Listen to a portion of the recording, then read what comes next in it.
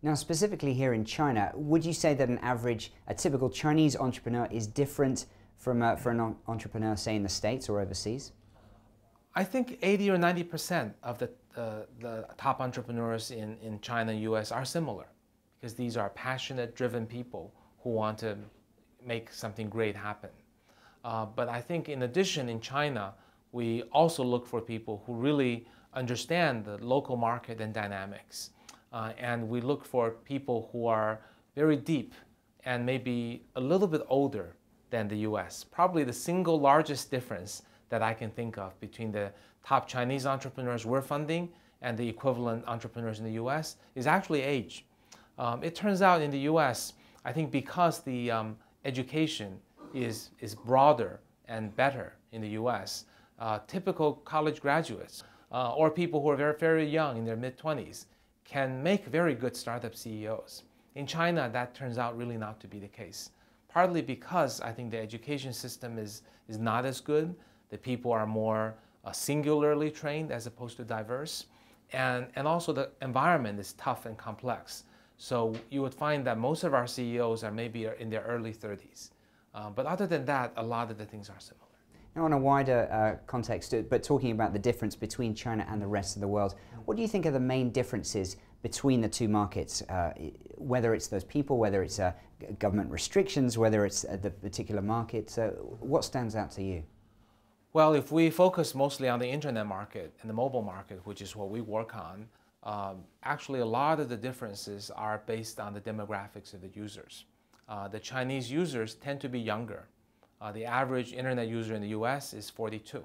In China, it's 25. So if you take that large 17-year gap, you'll see a lot of natural differences, namely that the Chinese users are more interested in gaming, entertainment. You'll find they're younger, therefore sometimes more gullible, but sometimes they grab onto new technology faster. So the Chinese companies will tend to want to be those companies that can cater to this very large number of young people who are excited about technology, maybe a little inexperienced and gullible, and love entertainment, and don't have a lot of money to spend. So you got to first build that base, and then as they get older, they will be able to pay for the services. So that's probably the single largest difference. Now, just one other question I wanted to ask you. In your autobiography, you described Google's venture into China as the perfect manifestation of the never-ending China-American chasm. Now, are you really that pessimistic about global business relations? No. I think win-win for China-US is a necessity, not just for the Chinese and the Americans, but for the world's citizens. But at this current stage, for a lot of reasons, there's a lot of misunderstanding between the two countries.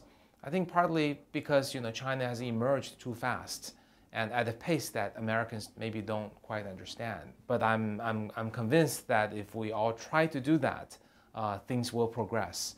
Now, what I mentioned about Google is that it's kind of unfortunate in the sense that Google is probably the most liberal carrier of the American value among all American companies.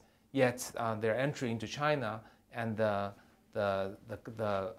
misunderstandings about each other's priorities and ideology has ultimately led to not a very good outcome. And I think it could be a very good lesson for other American companies wanting to enter China or Chinese companies wanting to go global to learn from the past lessons and spend enough time to understand each other. And that will build a better foundation for the whole world. Kaifu, it's been fascinating talking with you. Thank you very much. Thank you.